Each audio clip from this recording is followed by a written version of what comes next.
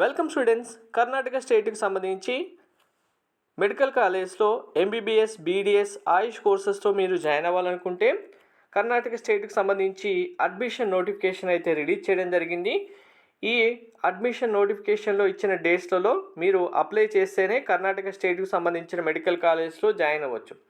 So ఇక్కడ చాలామంది స్టూడెంట్స్కి డౌట్ వచ్చి ఉంటుంది, నీట్ ఎగ్జామ్ కంప్లీట్ అవ్వలేదు, నీట్ మార్క్స్ ద్వారానే కదా, ర్యాంక్స్ ద్వారానే కదా కౌన్సిలింగ్ జరగాలి, సీట్ అలాట్మెంట్ జరగాలి అనేది. ఎస్, మనకు రెండు తెలుగు రాష్ట్రాలకు సంబంధించి నీట్ 2024 రిజల్ట్స్ అనౌన్స్ చేసిన తర్వాతే కౌన్సిలింగ్ నోటిఫికేషన్ షెడ్యూల్ ఉంటుంది. కానీ కర్ణాటక స్టేట్లో డిఫరెంట్గా ఉంటుంది.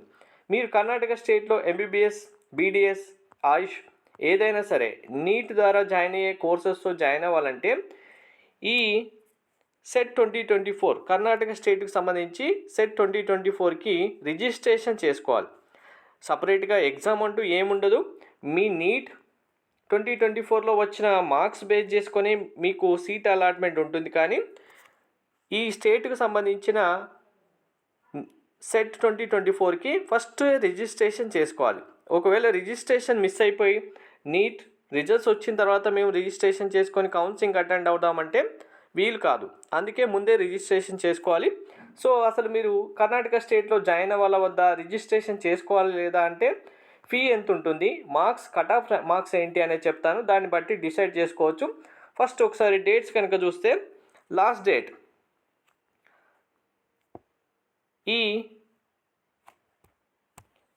సెట్కి మీరు రిజిస్ట్రేషన్ చేసుకోవడానికి లాస్ట్ డేట్ వచ్చి 14/2/2024. ఎంట్రన్స్ ఎగ్జామ్ అయితే రాయనవసరం లేదు, నీట్ మార్క్స్ ద్వారానే ఫిల్ చేయడం జరుగుతుంది.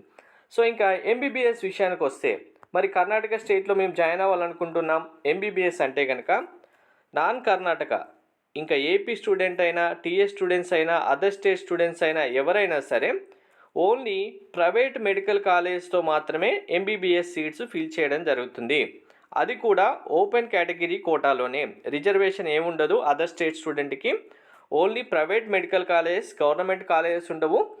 సో ఈ ప్రైవేట్ మెడికల్ కాలేజ్తో ఎంబీబీఎస్ సీట్స్ మీరు ఒకవేళ జాయిన్ అవుతే కనుక మీ యొక్క ఫీజు 10 lakhs ఉంటుంది ఇయర్కి. 4 yearsకి 40 lakhs అవుతుంది.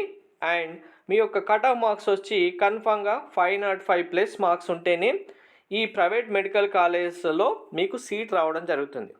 మరి ఇన్ని మార్క్స్ వస్తే ఆటోమేటిక్గా మనకు బెస్ట్ కాలేజ్లో, గవర్నమెంట్ కాలేజ్, మెడికల్ కాలేజ్ కూడా సీట్ వస్తుంది అనుకుంటే ఎస్ వస్తుంది. కానీ కొంతమంది స్టూడెంట్స్ కానీ, పేరెంట్స్ కానీ పర్టిక్యులర్గా top MBBS colleges, top medical colleges Karnataka స్టేట్లో జాయిన్ అవ్వదాం అనుకున్న వాళ్ళు ఎవరైనా ఉంటే ఇప్పుడు ఈ సెట్కి రిజిస్ట్రేషన్ చేసుకోవాల్సి ఉంటుంది. ఇవి డీటెయిల్స్. Thank you.